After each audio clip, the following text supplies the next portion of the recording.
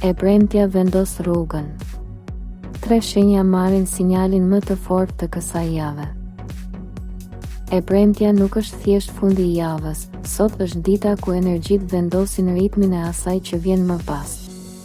Disa prej jush do të ndjejnë një sinjal shumë të qartë, një bisedë, një lajm, një ndjesje e fortë në stomak, një moment kur koha sikur ndalon për pak. Kjo nuk është rastësi. Universi po shtrëngon fokusin dhe po I drejton disa shenja drejt një rrugë më të qartë, më të sinqertë me veten. Për ata që janë gati të dëgjojnë, e premtja bëhet dita ku kuptojnë pse gjithçka ka ndodhur kështu deri tani dhe çfarë duhet të bëjnë në hapin tjetër. Demi. Për Demin, kjo e premte vjen si një sinjal I butë, por I pandalshëm, që të thotë, nuk mund të rish më në vend. Mund të zgjohesh me një mendim që përsëritet, një ide që nuk të lërehat, ose një ndjesi se diçka duhet sistemuar një herë e mirë. Në punë mund të lindë një bisedë për ndryshime, përgjegjësi të reja, ose një mënyrë tjetër organizimi. Në vend që të kapesh pas asaj që njeh, universi të fton të pyesësh veten, a më mban kjo I sigurt apo më mban I bllokuar?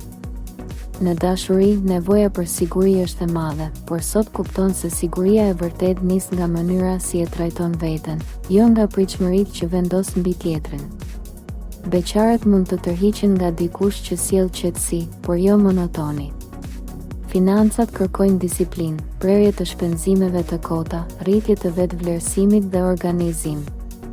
Sot universi të jep sinjalin e fortë për të bërë një rreshtim të ri mes asaj që ke, asaj që jep dhe asaj që meriton vërtet. Luani. Për luanin, e premtja është skena ku drita bie shumë qartë mbi ty, jo për të duar trokitur, por për të parë drejt në sy nga vetja. Mund të marrësh një vlerësim, një kërkesë, një propozim ose një sfidë që të vendos në rolin e liderit, qoftë në punë, qoftë në familje, qoftë në një rreth mish. Pyetja nuk është a do të ndriçoj, por si do ta përdor këtë dritë. Në punë mund të shohësh qartë ku po të lodhesh për të dukur I patëmet dhe ku mund të lejosh veten të jesh më njerëzor.